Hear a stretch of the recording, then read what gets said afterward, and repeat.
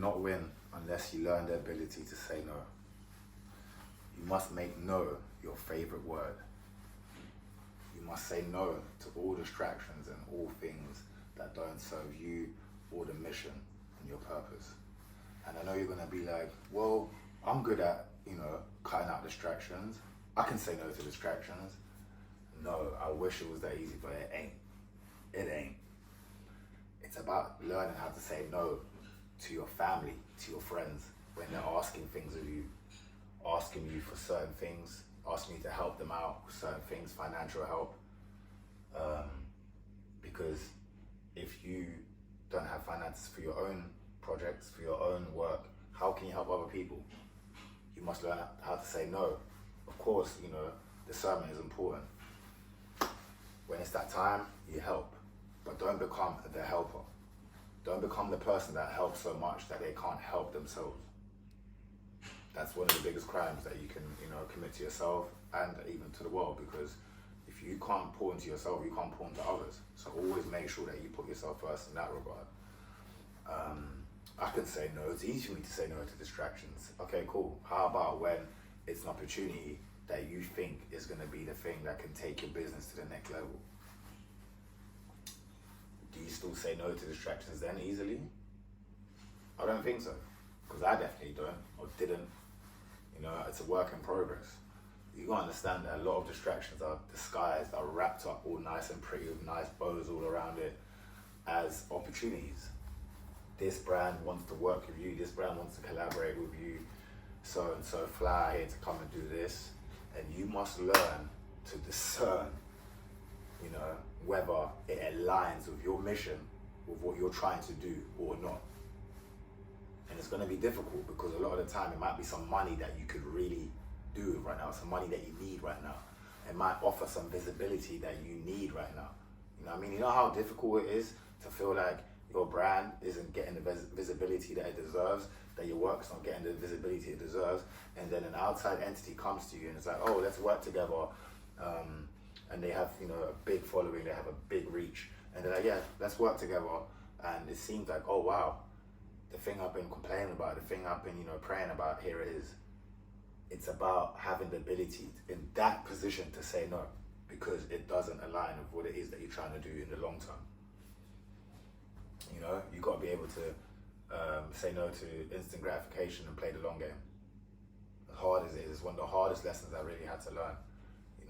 Especially when you're somebody that deems themselves as being able to do a lot of things and see yourself as someone that helps out a lot of people. Oh, yo, D, can you help me with that? Yeah, cool, all right, cool. Knowing full well that you're not really in a position to do that, but it just seems like the right thing to do. No, the right thing to do is to put yourself first. Put yourself first so that you can, help others out secondly, properly. What good is help if it's lousy? If somebody comes asking me for help and all I can give them is £25, it's not really gonna even scratch the surface. So you must learn how to be selfish in order to be selfless properly. And I feel like that's what people struggle with. I really, really struggled with it, So many opportunities came my way that really I shouldn't have taken on. I said yes to, and then, you have that little, your internal voice gonna tell you, like, you get uneasy feelings because, well, you're already stretched. You already got so much on your plate and then you've taken on this other opportunity. Why? Because it seemed to have made sense. And I've done a lot of it and I've wasted a lot of money, time, energy, more importantly, that I won't get back on these types of endeavors that in the end, it actually ends up being worse for you. There's nothing worse than being locked in and tied to a project that your heart's not in because of some superficial reasons that you at the time thought you needed. There's nothing worse than when you're already in it and you have to see it through now. And like as I said, God's humor is crazy. Like he be working in funny ways. Like it's like it's easy to put yourself in that type of position, knowing full well that you shouldn't have did it, and then it's like he piles on the pressure in your own life, in the responsibilities that you should have been focusing on. He ups the pressure just to show you, like, yeah, this is how it gets when you don't know how to say no. You know what I'm saying? It's hard. It gets harder and harder. The more you climb, the harder it gets. Friends asking you for certain things. Your partner, your girlfriend, your boyfriend, your husband, your wife might maybe asking you for things that it's not right. It's not the right thing. It's not the right thing right now.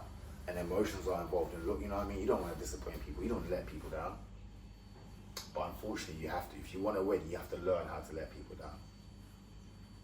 You know, this year alone, 2 collaborations were proposed by 2 very big British entities. One huge, like part of every person in Britain and probably even beyond knows them, and another one is a big brand as well. And we kind of started the process on both of them. They seemed like they were both great opportunities for my brand. It was, both of them were for Genius to expand the brands, to scale the brands up, to expand our audience. And started doing the processes and going through it, working on it with my team, certain meetings, and everything. I was sampling even in one of the cases, and I just had this looming feeling that I was just like, nah, I'm not in it. I don't want to do it. I don't want to do it. I'm feeling like I'm doing it because it feels like it seems to be the right thing to do, because of these intangible, material things, or things that I could, of course, but it's just not right. Even the energy is not right. I can feel again that the other companies are trying to exploit me. They're trying to take more from me than they're going to give me back. I have a feeling. Your voice, your intuition knows, but we don't listen to intuition. Let's do a little work in the bathroom. Your intuition knows. And many times where I've taken L's in the past, it's the same type of scenarios that something wasn't quite right about it, but I guess we have to, to be honest, take accountability, desperation maybe. Allowed me to go into something that didn't feel all the way right, or I didn't do my due diligence, and I got bit many times. Things that could have almost sunk my ship. Those that know certain things that I've built, certain things that I was a part of, that I was cut out. I was fucked over. And even the Cole Buxton situation is a prime example. That's some shit that I should have said no to. These thirsty ass little colonized ass youths coming to you. Ooh. I gotta take accountability in it too. I know already that if you ask me on face value, do I rate these men? No. You see certain signs, but you've done good work together thus far. You've scratched each other's back so far. And then you peep certain things, and I just, for the greater good, overlooking certain things. And how did they end up? But I have to take accountability for that. I should have said no. When them fuck niggas came through, I should have said no. It's my fault because I didn't say no. And I'm haunted by that in certain different ways. So like I said, there's 2 collaborations I had on the table this year. Going through the process, I'm like, no, this ain't right. I'm not even feeling it. I ain't rating it. I ain't none of it. This is just, again, these are exploiters.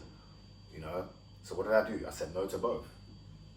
Team was like, oh, what? Team was like, oh, you sure? Like, it could be a great, I ain't doing it. And what did I do?